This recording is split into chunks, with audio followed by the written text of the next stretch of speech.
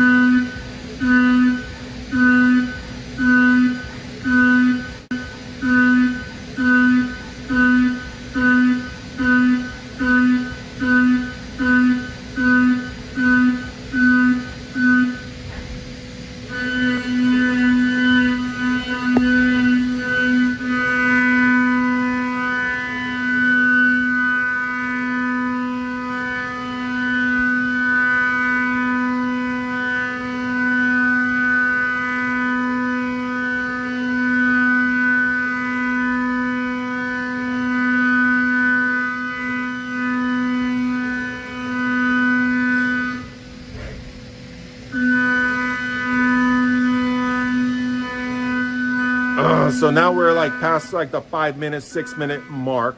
It's just running nonstop. It looks absolutely beautiful. The sound hasn't changed. Nothing has changed. Now this is when you start really realizing that this process of removing Inconel is actually incredibly efficient. And that's why they say ceramics is the most efficient way to rough nickel alloys. Now we've shown you the ceramic cutters on the Tormach, and we've shown you on the Haas with different speeds, different feeds based on the machine and the application. So keep tuning in because we'll bring even more videos showing ceramics in dynamic applications, making it happen. Now again, I just want to stress the importance of understanding the application, understanding the tool, the ceramics, and also understanding other tools like the Harvey 3 end mill. So the ceramics excels in this application, but if you actually look at the tool, you don't have a huge flute length to it. And that's one of the drawbacks. Whether it be shell mills or end mills, you're usually taking a pretty shallow depth of cut, which is awesome because it murders that material, right? But on certain applications where you have to drop down with only an end mill and you have to get into crazy grooves and you have to have a long flute length, then you definitely would use the 6 flute carbide Harvey 3.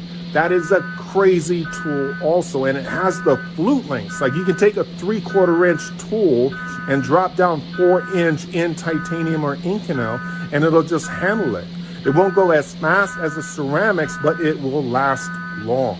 So when it comes to both types of tools, make sure you have a good understanding and look at your application and make sure that you choose wisely.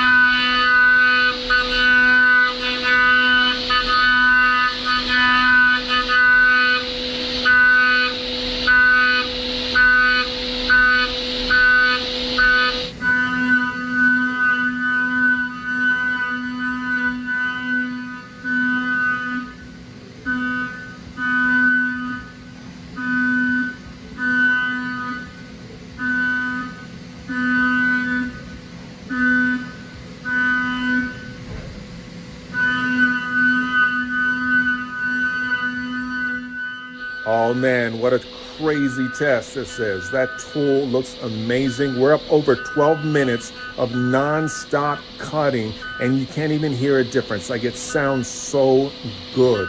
Boom.